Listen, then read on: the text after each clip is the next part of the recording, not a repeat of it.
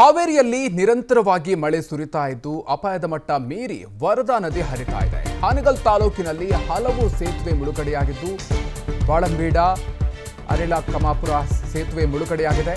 ಸೇತುವೆ ಮುಳುಗಿ 10ಕ್ಕೂ ಹೆಚ್ಚು ಗ್ರಾಮಗಳ ಸಂಪರ್ಕ ಕಡಿತ ಆಗಿದೆ. ಅಪಾಯಕಾರಿಯಾಗಿ ವರದಾ ನದಿ ಈಗ ಹರಿತಾ ಇರುವಂಥದ್ದು. ಹಾನಗಲ್ ತಾಲೂಕಿನಲ್ಲಿ ಹಲವು ಸೇತುವೆಗಳು ಮುಳುಗಡೆ ಆಗಿದೆ. ಹೀಗಾಗಿ ಬಾಳಂಬೀಡ ಅರಿಳಕಮಾಪುರ ಸೇತುವೆ ಮುಳುಗಡೆ ಆಗಿರುವಂಥದ್ದು. 10ಕ್ಕೂ ಹೆಚ್ಚು ಗ್ರಾಮಗಳ ಸಂಪರ್ಕ ಇದರಿಂದಾಗಿ ಕಡಿತ ಆಗಿದೆ ಅನ್ನುವಂಥದ್ದು. ಜನರ ಓಡಾಟಕ್ಕೆ ಕಷ್ಟ ಆಗ್ತಾ ಇದೆ. ಅನೇಕ ಕೃಷಿ ಜಮೀನುಗಳಿಗೂ ಕೂಡ ನೀರು ನುಗ್ಗಿರುವಂಥ ಘಟನೆಗಳು ಕೂಡ ಆಗಿದೆ. ವರದಾ ನದಿ ಅಪಾಯದ ಮಟ್ಟವನ್ನು ಮೀರಿ ಹರಿತಾ ಇರುವ ಪರಿಣಾಮ ಇದು. ಅನೇಕ ಗ್ರಾಮಗಳ ಸಂಪರ್ಕ ಕಡಿತ ಆಗಿದೆ. ಹೀಗಾಗಿ ಜನರು ತಮ್ಮ ಊರನ್ನು ಬಿಟ್ಟು ಬೇರೆ ಕಡೆಗೆ ಹೋಗೋದಕ್ಕೂ ಕೂಡ ಸಾಧ್ಯವಾಗದಂಥ ಪರಿಸ್ಥಿತಿಯಲ್ಲಿ ನಿರ್ಮಾಣ ಆಗಿದೆ. ವರದಾ ನದಿ ಅಪಾಯದ ಮಟ್ಟವನ್ನು ಮೀರಿ ಹರಿತಾ ಇರುವ ಪರಿಣಾಮ ಇದು.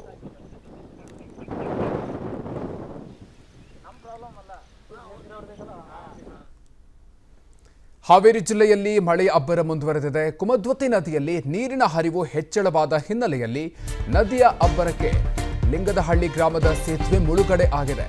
ಹಾವೇರಿ ಜಿಲ್ಲೆಯ ರಾಣೆಬೆನ್ನೂರು ತಾಲೂಕಿನ ಲಿಂಗದಹಳ್ಳಿ ಸೇತುವೆ ವೀಕ್ಷಣೆಯನ್ನು ಮಾಡಿದ್ದಾರೆ ಶಾಸಕ ಪ್ರಕಾಶ್ ಕೋಳಿವಾಡ ಅವರು. ಭಾರೀ ಪ್ರಮಾಣದಲ್ಲಿ ಮಳೆ ಆಗ್ತಾ ಇರುವ ಪರಿಣಾಮವಾಗಿ ಕುಮದ್ವತಿ ನದಿ ತುಂಬಿ ಹರಿತಾ ಇದೆ. ಹಾವೇರಿ ಜಿಲ್ಲೆಯ ರಾಣೆಬೆನ್ನೂರು ತಾಲೂಕಿನ ಲಿಂಗದಹಳ್ಳಿಯಲ್ಲಿ ಸೇತುವೆ ಮುಳುಗಡೆ ಆಗಿದೆ. ಶಾಸಕ ಪ್ರಕಾಶ್ ಕೋಳಿವಾಡ ಅವರು ಸ್ಥಳಕ್ಕೆ ಭೇಟಿ ನೀಡಿದ್ದಾರೆ. ಕುಮದ್ವತಿ ನದಿಯಲ್ಲಿ ನೀರಿನ ಹರಿವು ಹೆಚ್ಚಳವಾಗಿರುವ ಕಾರಣದಿಂದಾಗಿ ಲಿಂಗದಹಳ್ಳಿ ಗ್ರಾಮದ ಸೇತುವೆ ಮುಳುಗಡೆ ಆಗಿರುವಂಥ ಘಟನೆ ಆಗಿದೆ. ಸ್ಥಳಕ್ಕೆ ಶಾಸಕರು ಭೇಟಿ ನೀಡಿ ಪರಿಶೀಲನೆ ಮಾಡಿದ್ದಾರೆ.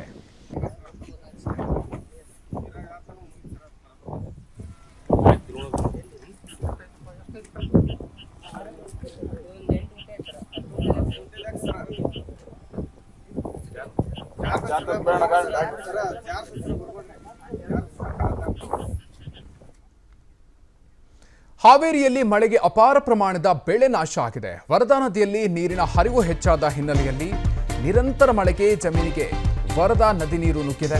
ದೇವಗಿರಿ ಮೆಳ್ಳಗಟ್ಟಿ ಸಂಪರ್ಕ ಸೇತುವೆ ಜಲಾವೃತ ಆಗಿದೆ. ಅಪಾಯದ ಮಟ್ಟವನ್ನು ಮೀರಿ ವರದಾ ನದಿ ಹರಿತಾ ಇದೆ. ಸಾಕಷ್ಟು ಬೆಳೆ ಹಾನಿ ಕೂಡ ಆಗಿದೆ. ಜನರಿಗೂ ಕೂಡ ನಿತ್ಯ ಜೀವನವನ್ನು ಸಾಗಿಸೋದು ಕೂಡ ಕಷ್ಟದ ಪರಿಸ್ಥಿತಿ ಇದೆ. ಅನೇಕ ಸೇತುವೆಗಳು ಜಲಾವೃತ ಆಗಿರೋದ್ರಿಂದಾಗಿ ಸಂಪರ್ಕ ಕಷ್ಟ ಆಗ್ತಾ ಇದೆ. ಅಪಾಯದ ಮಟ್ಟವನ್ನು ಮೀರಿ ವರದಾ ನದಿ ಹರಿತಾ ಇದೆ. ಹೀಗಾಗಿ ಸಾಕಷ್ಟು ಪ್ರಮಾಣದಲ್ಲಿ ಬೆಳೆ ನಾಶ ಕೂಡ ಆಗಿದೆ. ರೈತರು ಕೂಡ ಸಂಕಷ್ಟವನ್ನು ಅನುಭವಿಸುವಂಥ ಪರಿಸ್ಥಿತಿ ಇದೆ. ವರದಾ ನದಿಯಲ್ಲಿ ನೀರಿನ ಹರಿವು ಹೆಚ್ಚಾಗಿರುವ ಪರಿಣಾಮವಾಗಿ ಜಮೀನಿಗೆ ನೀರು ನುಗ್ಗಿರುವಂಥ ದೃಶ್ಯಗಳನ್ನು ಕೂಡ ನೀವು ಗಮನಿಸ್ತಾ ಇದ್ದೀರಿ. ಅಪಾಯದ ಮಟ್ಟವನ್ನು ಮೀರಿ ವರದಾ ನದಿ ಹರಿತಾ ಇದೆ.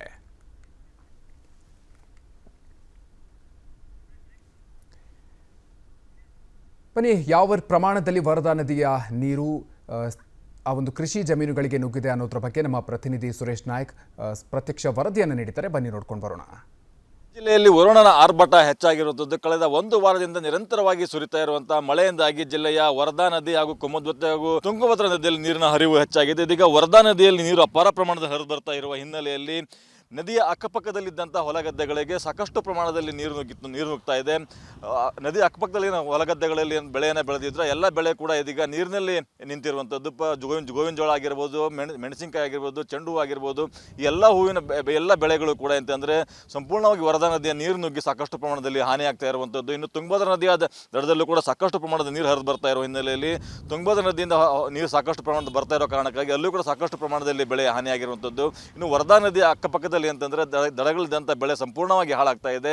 ಅತಿಯಾದ ಪ್ರಮಾಣದಲ್ಲಿ ನೀರು ಅಂತಂದ್ರೆ ಹೊಲಗದ್ದೆಗಳಿಗೆ ಇದೀಗ ನುಗ್ತಾ ಇರುವಂಥದ್ದು. ಹೀಗಾಗಿ ಅಂತಂದ್ರೆ ಒಂದು ದೃಶ್ಯಗಳು ನೋಡ್ತಾ ಇರುವಂಥದ್ದು ದೇವಗಿರಿ ಬೆಳೆ ಅಂತಂದ್ರೆ ವರದಾ ನದಿಯ ನೀರು ಸಂಪೂರ್ಣವಾಗಿ ಗೋವಿನ ಜೋಳ ಬೆಳೆದಂಥ ಬೆಳೆ ಹೊಲದಲ್ಲಿ ಸಂಪೂರ್ಣವಾಗಿ ನಿಂತಿರುವಂಥದ್ದು. ಹೀಗಾಗಿ ಅಂತಂದ್ರೆ ಬೆಳೆ ಕೂಡ ಸಂಪೂರ್ಣವಾಗಿ ನೀರಿನಿಂದ ಈಗ ಜಲಾವೃತ ಆಗಿರುವಂಥದ್ದು. ಸಾಕಷ್ಟು ಪ್ರಮಾಣದಲ್ಲಿ ಮಳೆ ಆಗ್ತಾ ಇದೆ. ಮಳೆಯ ಪ್ರಮಾಣವಾಗಿ ಅಂತಂದ್ರೆ ವರದಾ ನದಿಯಲ್ಲಿ ನೀರು ಹೆಚ್ಚಾಗಿದೆ. ಪರಿಣಾಮವಾಗಿ ಸಂಪೂರ್ಣವಾಗಿ ಬೆಳೆದಂಥ ಬೆಳೆ ಕೂಡ ಈಗ ಅಂತಂದ್ರೆ ನೀರಿನಲ್ಲಿ ನಿಂತಂದ್ರೆ ಕಳೆದ ವರ್ಷ ಸಾಕಷ್ಟು ಬರಗಾಲ ಇತ್ತು. ಬರಗಾಲದಿಂದ ಸಾಕಷ್ಟು ರೈತರು ಆರ್ಥಿಕ ಸಂಕಷ್ಟವನ್ನು ಎದುರಿಸಿದ್ರು. ಆದರೆ ಈ ಬಾರಿ ಅಂತಂದರೆ ಮಳೆ ಹೆಚ್ಚಾಗ್ತಾ ಇದೆ. ಪರಿಣಾಮವಾಗಿ ಅಂತಂದರೆ ಅತಿಯಾದ ಪ್ರಮಾಣದಲ್ಲಿ ಬೆಳೆ ಕೂಡ ಇದೀಗ ಅಂತಂದರೆ ನೀರಿನಲ್ಲಿ ನಿಂತಿರುವಂಥದ್ದು. ಬಗ್ಗೆ ಮಾತನಾಡಲಿಕ್ಕೆ ನಮ್ಮ ಜೊತೆಗೆ ರೈತರು ಇರುವಂಥದ್ದು. ಈಗ ಸಾಕಷ್ಟು ಮಳೆ ಆಗ್ತಾ ಇದೆ. ಮಳೆಯಿಂದಾಗಿ ಯಾವ ಪ್ರಮಾಣದಲ್ಲಿ ಬೆಳೆ ಹಾನಿ ಆಗ್ತಾ ಇದೆ ನಿಮಗೆ? ನಮಸ್ಕಾರ. ಆದ್ಮೇಲೆ ಹೋದ ವರ್ಷ ಮಳೆ ಕಡಿಮೆ ಇತ್ತು. ಬೇಸಿಗೆಯಿಂದ ರೈತರು ಕೂಡ ರೈತರು ತತ್ತರಿಸಿ ಹೋಗಿದ್ದರು. ಈ ವರ್ಷ ತುಂಬ ಜಾಸ್ತಿ ಮಳೆ ಆಗಿರೋದ್ರಿಂದ ಬೆಳೆ ಕೂಡ ಬೆಳೆಯಲ್ಲಿ ನೀರು ನಿಂತ್ಕೊಳ್ತಾ ಇದೆ. ನಿಂತ್ಕೊಂಡು ಈಗಾಗಲೇ ಸಾಕಷ್ಟು ನೀರು ನಿಂತು ಬೆಳೆಯನ್ನು ಕೂಡ ಹಾನಿ ಆಗ್ತಾಯಿದೆ. ಹೀಗಾಗಿ ರೈತರು ವರ್ಷದಿಂದ ವರ್ಷಕ್ಕೆ ಅನುಭವವನ್ನು ಪಡ್ತಾನೆ ಇದ್ದಾರೆ.